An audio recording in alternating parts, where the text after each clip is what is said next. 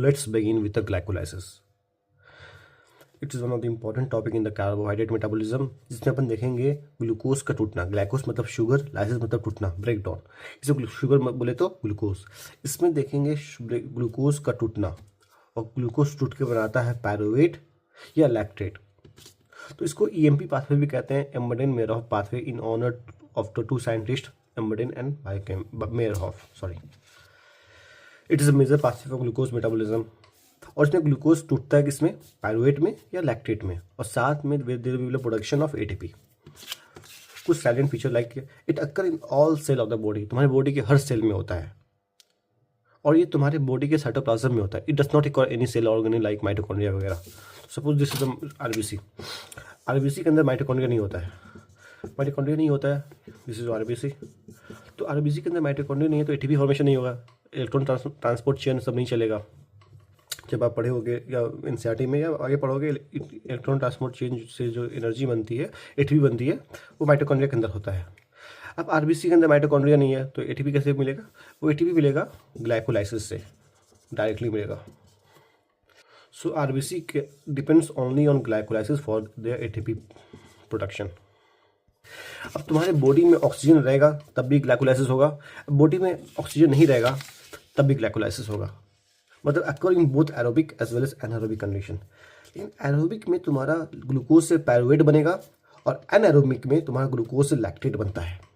Example in the muscle, जब तुम heavy exercise कर रहे होते हो तो तुम्हारे बॉडी को ऑक्सीजन डिमांड बढ़ जाता है। जब बॉडी का ऑक्सीजन डिमांड बढ़ जाता है तो बॉडी उतना ऑक्सीजन सप्लाई नहीं कर पाती है, तो हाइपोक्सिया जैसा कंडीशन डेवलप हो जाता है, जो ऑक्सीजन का अवेलेबिलिटी कम होता है। तो इन दिस केस तुम्हारा मसल में एनारोबिक कंडीशन डेवलप हुआ, मसल में तुम्हारा लैक्टिक एसिड बनता है, इसलिए तुम थकते हो ड्यूरिंग द हेवी एक्सरसाइज, तुम फटीग फील करते हो because of this formation of lactic acid. अब जितना ग्लाइकोलाइसिस जितना भी पाथवे है ना, बीच में जितना भी इंटरमीडिएट है, इस इंटरमीडिएट से तुम किसी अमीनो एसिड या फैट का सिंथेसिस कर सकते हो। अब ये जो तुम्हारा इंटरमीडिएट, कुछ भी इंटरमीडिएट है, वो अपना ग्लाइकोलाइसिस का पाथवे छोड़ के किसी और पाथवे में जाएगा और वहाँ तुम्हारा अमीनो एसिड या फैट बनाएगा। मैंने क्या बोला, ग्लूकोज को तोड़ना को कहते हैं ग्लाइकोलाइसिस। तो ग्लूकोज को तुमने तोड़ा, अब इसी ग्लाइकोलाइसिस का रिवर्स डायरेक्शन में तुम जाओगे तो ग्लूकोज का फॉर्मेशन होगा, ऑब्वियस सी बात है। तो इसी को कहते हैं gluconeogenesis, formation of glucose from new substrate. Like तुम्हारा लैक्टेट से, तुम लैक्टेट से ग्लूकोज बनाओगे। तुम लैक्टेट से ग्लूकोज कैसे बनाओगे, जब तुम इस पाथवे को रिवर्स फॉलो करोगे। सो कह सकते हैं जो सब तुम्हारा लैक्टेट है, it's a major substrate for the synthesis of glucose. तो ग्लूकोनियोजेनेसिस में आप इसे पढ़ोगे दोबारा। Now let's talk about the step of the glycolysis. Glucose जो है 6 कार्बन का है, ये टूट के बनाएगा पायरुवेट, और पायरुवेट या लैक्टेट, और पायरुवेट 3 कार्बन का है तो मतलब 2 मॉलिक्यूल्स ऑफ पायरुवेट बनेगा, और साइटोप्लाज्म के अंदर होता है। कैसे, फर्स्ट ऑफ ऑल ग्लूकोज से ग्लूकोज 6 फॉस्फेट बनेगा, ग्लूकोज 6 फॉस्फेट से फ्रक्टोज 6 फॉस्फेट, फ्रक्टोज 6 फॉस्फेट से फ्रक्टोज 1,6 बिसफॉस्फेट। अब ये फ्रक्टोज 1,6 फॉस्फेट 2 में टूटेगा, डाइहाइड्रोएसीटोन फॉस्फेट या glyceraldehyde 3 phosphate. No this glyceraldehyde 3 phosphate change होगा 1,3 बिसफॉस्फोग्लिसरेट या बीपीजी। दिस बीपीजी कन्वर्ट होगा 3 फॉस्फोग्लिसरेट, देन 2 फॉस्फोग्लिसरेट, देन इसमें पिप में कन्वर्ट होगा फॉस्फोइनोल पायरुवेट, लास्ट में पायरुवेट में कन्वर्ट होगा। सब फर्स्ट ऑफ ऑल जो पहला स्टेप है, उसमें पहले स्टेप में तुम ग्लूकोज को एटीपी खिलाओगे, कन्वर्ट करोगे ग्लूकोज 6 फॉस्फेट को फॉस्फेट में।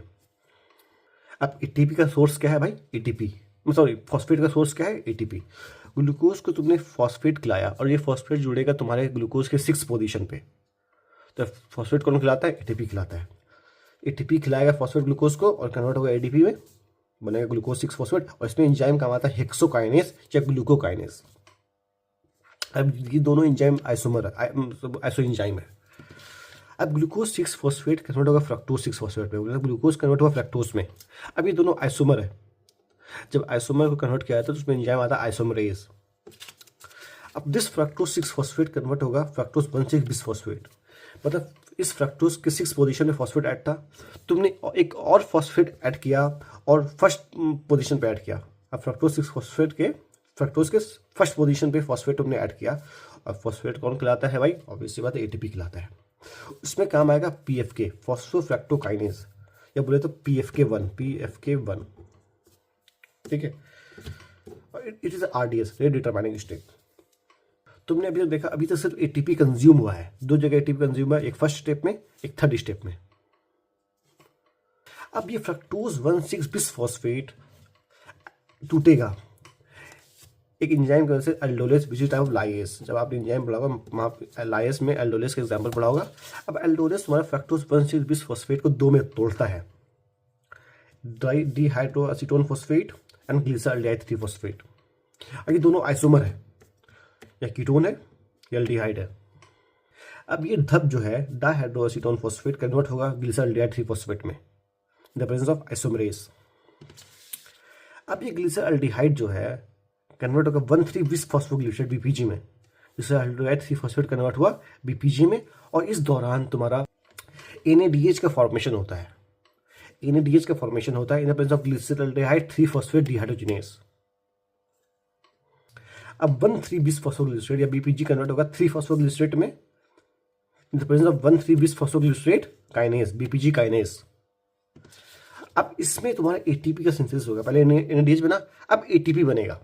अब तुम्हारा ATP बनेगा।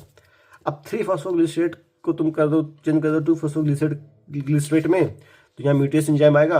अब दिस 2 फॉस्फोग्लिसरेट जो है वो कन्वर्ट होगा फॉस्फोइनोल पायरुवेट में, in the presence of enzyme enolase. और ये बहुत इंपॉर्टेंट एंजाइम है। फ्लोराइड जो होता है, जब आप एंजाइम चैप्टर में पढ़े हुए, फ्लोराइड इनहिबिट इनोलेज। अब दिस फॉस्फोइनोल पायरुवेट कन्वर्ट होगा तुम्हारे पायरुवेट में, in the presence of pyruvate kinase, और यहाँ का भी तुम्हारा ATP का सिंथेसिस होता है। तो दो जगह ATP का सिंथेसिस हुआ, दो जगह ATP का कंजम्पशन हुआ। सिंपल 2-3 बार इसे देखोगे, बनाओगे खुद से तो याद हो ही जाना है। फ्रक्टोज 6 को फ्रक्टोज 1,6 को 1,6 करना, फिर उसको 2 में तोड़ना, फिर ग्लिसरॉल्डिहाइड 3 फॉस्फेट को BPG में कन्वर्ट करना, या 3 को 1,3 कर देना BPG, फिर 1 हटा देना, फिर 1,3 बनेगा, 3 से 2 कर देना। अब जहाँ पे तुम्हारा ATP कंज्यूम हो रहा है फर्स्ट और थर्ड स्टेप पे, जो ग्लूकोज से ग्लूकोज 6 फॉस्फेट बना, ये फर्स्ट स्टेप है, फिर ये सेकंड, थर्ड, और जो ये टूटा 4th स्टेप है। अब जब डिहाइड्रोएसीटोन फॉस्फेट कन्वर्ट होगा ग्लिसरॉल्डिहाइड 3 फॉस्फेट में, ये 5th स्टेप है। फिर दिस इज 6, 7, 8, 9, और लास्ट स्टेप इज 10th, जिसमें तुम्हारा पायरुवेट का सिंथेसिस होता है। जो पहला 3 स्टेप है इसमें ATP कंज्यूम हो रहा है फर्स्ट और थर्ड में। फर्स्ट और थर्ड में तो ATP कंज्यूम हो रहा है, इसी को बोलते हैं एनर्जी इन्वेस्टमेंट फेज। ये फिर 4th स्टेप में ये टूट रहा है, इसी को बोलते हैं स्प्लिटिंग फेज। फिर ये तुम्हारा 6 में NADH बन रहा है, 7 में ATP बन रहा है, 10th में ATP बन रहा है, 7 और 10 में ATP बन रहा है। तो ये होगा एनर्जी जनरेटिंग फेज। अब ध्यान दो, मैंने बोला जो ग्लिसरॉल्डिहाइड 3 फॉस्फेट है ये तुम्हारा बनेगा BPG में, BPG बनेगा, ये पासवर्ड चलेगा। लेकिन जब ये चलेगा तो ये एक बार चला, लेकिन डिहाइड्रोएसीटोन फॉस्फेट तो कन्वर्ट हो रहा ग्लिसरॉल्डिहाइड में ना, तो तुम्हारे पास अल्टीमेटली कितना मॉलिक्यूल्स ऑफ ग्लिसरॉल्डिहाइड 3 फॉस्फेट हुआ? 2 मॉलिक्यूल्स का, एक डायरेक्टली इससे टूटा, एक जो है डिहाइड्रोएसीटोन फॉस्फेट इसमें बदला आइसोमरेज के बदल में। अब जो ये है ग्लिसरॉल्डिहाइड 3 फॉस्फेट जो पायरुवेट बनेगा, ये साइकिल 2 बार चलेगा। तो मैं कह सकता हूँ एनर्जी जनरेशन फेज जो है 2 बार होता है, ठीक है। अब ये जो NADH है तुम्हारे इलेक्ट्रॉन ट्रांसपोर्ट चेन में जाएगा, वहाँ पे 2.5 ATP देगा। अगर आपने अपना नीट जर्नी याद करोगे, मतलब NCERT, तुम्हारा मोस्टली अपन 3 यूज़ करते थे, बट नहीं, अगर एग्जैक्ट देखोगे तो 2.5 ATP देता है। ये मैं तब की बात किया, तब की बात किया जब आपके बॉडी में ऑक्सीजन है, तब जाके पायरुवेट बनेगा। और ये तुम्हारा जो NADH है तुम्हारे जो जाएगा माइटोकॉन्ड्रिया के अंदर, वहाँ पे ऑक्सीडेटिव फॉस्फोराइलेशन करेगा और ATP बनाएगा, ऑक्सीजन है तो। लेकिन अगर बॉडी में तुम्हारा ऑक्सीजन नहीं है तो ये NADH है जाएगा पायरुवेट के पास, और पायरुवेट को कन्वर्ट करेगा लैक्टेट में, in the presence of lactate dehydrogenase. ये तुमने पढ़ा होगा एंजाइम में, लैक्टेट डिहाइड्रोजिनेज। क्या लैक्टेट डिहाइड्रोजिनेज क्या करता था? ये पायरुवेट को कन्वर्ट करता था लैक्टेट में, in the presence of NADH, ठीक है। अब ये NADH कहाँ से आया इस प्रोसेस में? जो NADH आया, जो फॉर्मेशन, जो NADH फॉर्म हुआ था 6 स्टेप में, यही NADH तुम्हारा यहाँ यूज़ हो गया। मतलब ये माइटोकॉन्ड्रिया में गया नहीं। जब माइटोकॉन्ड्रिया में गया नहीं तो ETC नहीं होगा, इलेक्ट्रॉन ट्रांसपोर्ट चेन नहीं होगा। इसका एटीपी का जनरेशन देख लेते हैं, एनर्जेटिक्स। देखो पहला फर्स्ट और थर्ड स्टेप में एटीपी कंज्यूम हुआ। पहले मैं एरोबिक कंडीशन की बात करता हूँ। तो स्टेप 1 स्टेप 3 में तुम्हारा 2 एटीपी कंज्यूम हुआ। और फॉर्म कब हुआ, फॉर्म तुम्हारा कैसे हुआ लोगों। अब जो तुम्हारा स्टेप 6 है, स्टेप 6 है, एनएडीएच फॉर्म हुआ। अब ये एनएडीएच जो है ईटीसी में जाता है और 2.5 एटीपी देता है। It will give 2.5 ATP. अब मैंने बताया जो एनएडीएच वाला स्टेप है, ये वाला स्टेप, ये 2 बार होता है। तो तुम्हारा ये 2.5 इंटू 2 5 एटीपी दे देगा। और स्टेप 7 में 1 एटीपी बना, और ये साइकिल 2 बार हो रहा है तो 2 एटीपी देगा। और स्टेप 10 में 1 एटीपी बन रहा है और तुम्हारा 2 बार होगा तो 2 एटीपी देगा। टोटल प्रोडक्शन कितना हुआ, 5 2 7 2 9, 9 ATP will form in the complete 1 cycle of the glycolysis aerobic condition में। तो नेट गेन कितना हुआ, 9 - 2, जितना बना जितना कंज्यूम हुआ 7 एटीपी एरोबिक कंडीशन में। लेकिन एनारोबिक में क्या केस है ना, जो एनएडीएच है वो यूज होता है टू फॉर्म लैक्टेट। तो ईटीसी में होगा नहीं, जो ईटीसी में नहीं जाएगा तो 5 एटीपी जो बना था यहाँ पे 5 एटीपी नहीं बनेगा। जो 5 एटीपी बना था वो 5 एटीपी नहीं बनेगा। जब 5 एटीपी नहीं बनेगा तो कंज्यूम कितना हुआ, 2। तो ये तो दोनों में सेम है। और फॉर्म कितना हुआ, 4, 2 यहाँ पे और 2 यहाँ पे, फॉर्म कितना हुआ 4। तो नेट गेन कितना हुआ, 4 - 2 2। Hope you got the point. अब यहाँ पे एक और पॉइंट लिखा हूँ, SLP। इसको कहते हैं substrate level phosphorylation. What does it mean, इस मीन कि तुमने पाथवे में डायरेक्ट एटीपी का फॉर्मेशन कर दिया। किससे, उस सबस्ट्रेट से जिसके पास हाई एनर्जी था। इस सबस्ट्रेट जो बीपीजी है इसके पास बहुत हाई एनर्जी था, तुमने इसको हाई एनर्जी से लो एनर्जी में लाया और एटीपी का फॉर्मेशन किया। तो इसको कहते हैं सबस्ट्रेट लेवल फॉस्फोराइलेशन, मतलब डायरेक्ट सिंथेसिस ऑफ एटीपी, इतना समझ लो। अब मैंने फर्स्ट स्टेप में तुम्हारा 2 एंजाइम का नाम लिया था, hexokinase and glucokinase. What does it mean, अब उसी की बात करता हूँ। Both enzymes are isoenzyme, मतलब सेम एंजाइम का 2 अलग अलग फॉर्म है। अब हेक्सोकाइनेस और ग्लूकोकाइनेस में कुछ डिफरेंस है। दैट इज, जो हेक्सोकाइनेस है ये किसी भी हेक्सोस शुगर पे एक्ट करेगा। It is glucose mannose glucose, fructose glucose mannose. अब ग्लूकोकाइनेस जो है ओनली एक्ट ऑन ग्लूकोज, किसी और में हेक्सोस शुगर पे एक्ट नहीं करेगा। जो हेक्सोकाइनेस है वो उसका केएम वैल्यू कम होता है, मतलब जो है इसका अफिनिटी टुवर्ड्स ग्लूकोज बहुत ज़्यादा है। ये कम ग्लूकोज को देख के भी उसको अपने तरफ अट्रैक्ट कर लेगा। लेकिन जो ग्लूकोकाइनेस है इसका केएम वैल्यू बहुत कम होता है। जब हेक्सोकाइनेस का केएम ज़्यादा है, इट मीन्स ये कम ग्लूकोज होने के बाद भी ये अपने ग्लूकोज पे एक्ट करेगा। It even act on the glucose even in low concentration. अब इसका लो केएम है, इसका मतलब ये एक्ट करेगा ग्लूकोज पे when concentration of glucose is high.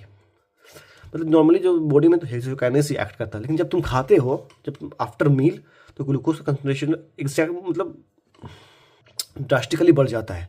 उस टाइम पे तुम्हारा ग्लूकोकाइनेस एक्ट करेगा, नहीं तो फिर नॉर्मली बॉडी में हेक्सोकाइनेस ही एक्ट करता है। लेकिन इसका वीमैक्स कम होता है और जो ग्लूकोकाइनेस है वीमैक्स ज़्यादा होता है। क्यों? अब ग्लूकोकाइनेस को भाई सिर्फ ग्लूकोज ही चाहिए, तो ये ज़्यादा ग्लूकोज अपने अंदर समा सकता है। जब ज़्यादा ग्लूकोज ज़्यादा सबस्ट्रेट अपने अंदर समाएगा तो उसका वीमैक्स बढ़ जाता है। ठीक है, इसका वीमैक्स जो है वो बढ़ जाता है। This is the Vmax. लेकिन hexokinase is very important, inhibited by glucose 6 phosphate. बहुत इंपॉर्टेंट है। Hexokinase is inhibited by glucose 6 phosphate, but glucokinase is not inhibited by glucose 6 phosphate. अब ग्लूकोज 6 फॉस्फेट जो बना, अगर इसका कंसंट्रेशन बढ़ जाएगा तो ये हेक्सोकाइनेस को इनहिबिट करेगा, लेकिन ये ग्लूकोकाइनेस को इनहिबिट नहीं कर सकता है। अब hexokinase is present in all tissue of your body, लेकिन glucokinase is only present in the liver and pancreas. ये कुछ डिफरेंस है, ध्यान में रखना।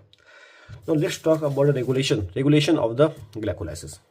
तुमने ध्यान दिया एरो को, तो मैं फर्स्ट और थर्ड और 10th स्टेप को मैंने सिंगल एरो में बनाया है। मतलब पहला, तीसरा और 10वां, फर्स्ट 3 10 1 3 10 जो है step 1 step 3 step 10 is irreversible step. अगर तुमको ग्लाइकोलाइसिस को रेगुलेट करना है तो इसी 3 स्टेप में जो करना पड़ेगा। स्टेप 1 में कौन सा एंजाइम आया, हेक्सोकाइनेस ग्लूकोकाइनेस बताया अभी। स्टेप 3 में क्या आया, PFK, बोले तो PFK1, ठीक है, फॉस्फोफ्रक्टोकाइनेस 1।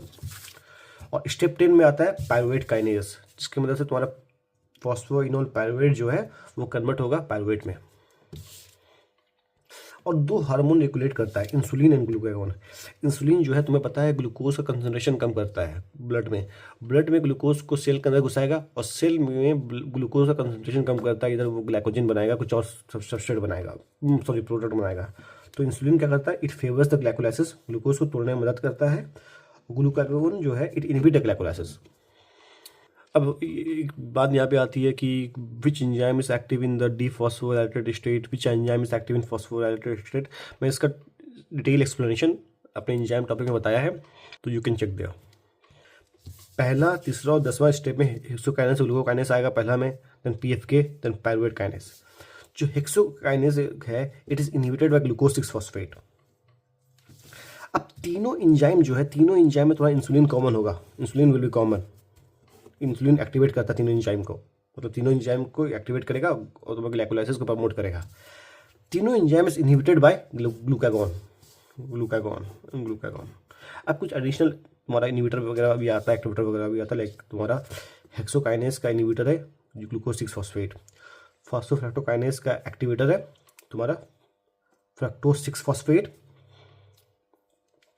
फ्रक्टोज 2,6 बिसफॉस्फेटेज या फ्रक्टोज 2,6, याद रखना, बताऊंगा इसका क्या रोल है। फ्रक्टोज 2,6 बिसफॉस्फेटेज और एएमपी एडीपी वगैरह। और पीएफके को इनहिबिट करता है glucagon, ATP, citrate and H+ ion. ये सब जितना होगा ना, मतलब ध्यान रखना कि एटीपी सिट्रेट सब याद रखना। और इसमें वेरी इंपॉर्टेंट, इंसुलिन तो पता चल ही जाएगा, और glucose 6 phosphatase very important. Pyruvate kinase तुम्हारा फ्रक्टोज 1,6 इसको 1,6 करता है और inhibited by cyclic AMP and glucagon. अब पायरुवेट काइनेस कैसे रेगुलेट करता है, लिख लो किया। पहले तुम्हारा जो है ग्लूकागॉन आया, ग्लूकागॉन जो है वो एक्टिवेट करता है तुम्हारे साइक्लिक एएमपी को, ठीक है। ग्लूकागॉन किसको एक्टिवेट किया, साइक्लिक एएमपी को। अब ये साइक्लिक एएमपी तुम्हारा एक्टिवेट करता है प्रोटीन काइनेस को। दिस प्रोटीन काइनेस जो है तुम्हारे पायरुवेट काइनेस को इनएक्टिव कर देगा। पहले तुम्हारा पायरुवेट काइनेस जो था एक्टिव था, इसको इनएक्टिव कर दिया, पायरुवेट काइनेस को इनएक्टिव कर दिया। और इस स्टेप में तुम्हारा एटीपी कंज्यूम होता है, एटीपी कन्वर्ट होगा एडीपी में। अब फिर में तुम्हारा ये वापस, क्योंकि इनएक्टिव क्यों है, क्योंकि इस पर एक फॉस्फेट ऐड हुआ है, जो एटीपी का फॉस्फेट है वो पायरुवेट काइनेस पे अटैच हुआ और ये इनएक्टिव हो गया। वापस से तुमको एक्टिव करना है तो तुमको फॉस्फेटेज एंजाइम लगेगा जो इसके फॉस्फेट को हटाएगा, फिर एक्टिव हो जाएगा। तो कैसे ये ग्लूकागॉन इनहिबिट करता है, I hope you got the point. पहले साइक्लिक एएमपी को एक्टिवेट करेगा, cyclic active in turns activate a protein kinase which will inactive the pyruvate kinase with the help of ATP. No, what is the role of the fructose 2,6 bisphosphate in glycolysis. मैंने बताया जो है अभी, पीएफके जो है वो activate होता है फ्रक्टोज 6 फॉस्फेट से। कैसे होता है, लुक किया। जो फॉस्फोफ्रक्टोकाइनेस है जनरली 3 तरह का होता है, बट यहाँ पे 2 तरह की बात करते हैं, PFK1 एंड PFK2। अब फ्रक्टोज 6 फॉस्फेट से फ्रक्टोज 1,6 बिसफॉस्फेट बनेगा in the presence of PFK1। अगर इस फ्रक्टोज 6 फॉस्फेट में PFK2 एक्ट किया, फॉस्फोफ्रक्टोकाइनेस 2 एक्ट किया, तो बनेगा फ्रक्टोज 2,6 बिसफॉस्फेटेज। 1 ऐड किया तो 1,6, 2 ऐड किया तो 2,6। इतना समझ गए। अब यहाँ पे PFK जो है बनाया हुआ मैं एंजाइम में, ये जनरली PFK1 है, ठीक है। जनरली ग्लाइकोलाइसिस में PFK1 होता है। ये PFK1 कैसे ग्लूकोज 6 फ्रक्टोज 2,6 बिसफॉस्फेटेज एक्टिवेट हो गया। अगर तुम्हारे बॉडी में फ्रक्टोज 2,6 बिसफॉस्फेटेज का ये एंजाइम, ये जो प्रोडक्ट है बढ़ा हुआ है, अगर फ्रक्टोज 2,6 बिसफॉस्फेट बढ़ा हुआ है तो ये रिएक्शन को पीछे ले जाएगा। पहले ये हुआ, अब दूसरी बार में ये रिएक्शन को पीछे ले जाएगा। जब रिएक्शन पीछे होगा, अब ये आगे जा नहीं पा रहा है, तो अब ये पाथवे फॉलो करेगा PFK1 वाला पाथवे फॉलो करेगा, रिएक्शन इस डायरेक्शन में दौड़ेगा। तो फ्रक्टोज 1,6 फॉस्फेट का कंसंट्रेशन और ऑटोमेटिकली बढ़ जाएगा। मतलब फ्रक्टोज 2,6 बिसफॉस्फेट जब बढ़ा तो एक्टिवेट किया PFK1 को, इनडायरेक्टली एक्टिवेट किया PFK1 को, तो यहाँ पे यही लिखा हुआ है PFK is activated by fructose bisphosphatase. Now come to छोटा सा टॉपिक है, that is inhibitor of glycolysis. देखो पहला inhibitor is iodoacetate arsenite, iodoacetate arsenite. Second inhibitor is fluoride. अब आयोडोएसीटेट आर्सेनाइट जो है inhibit the glyceraldehyde three phosphate dehydrogenase, ये वाला enzyme glyceraldehyde three phosphate dehydrogenase the pathway 6, ठीक है, आयोडोएसीटेट आर्सेनाइट। थर्ड इसे फ्लोराइड, ये तो बहुत कॉमन है, इसमें पढ़े होंगे fluoride inhibit enolase by the non competitive inhibition. जब फ्लोराइड इनोलेस को इनहिबिट करेगा तो रिएक्शन आगे नहीं जाएगा, जब रिएक्शन आगे नहीं जाएगा मतलब ओवरऑल तुम्हारा ग्लाइकोलाइसिस बंद हो जाएगा। तो फ्लोराइड इनहिबिट ग्लाइकोलाइसिस सो इनहिबिट इनोलेस सो ग्लाइकोलाइसिस। कैसे होता है? ये फ्लोराइड बल्ब है, देखिए कुछ ऐसा फ्लोराइड बल्ब होता है, ठीक है।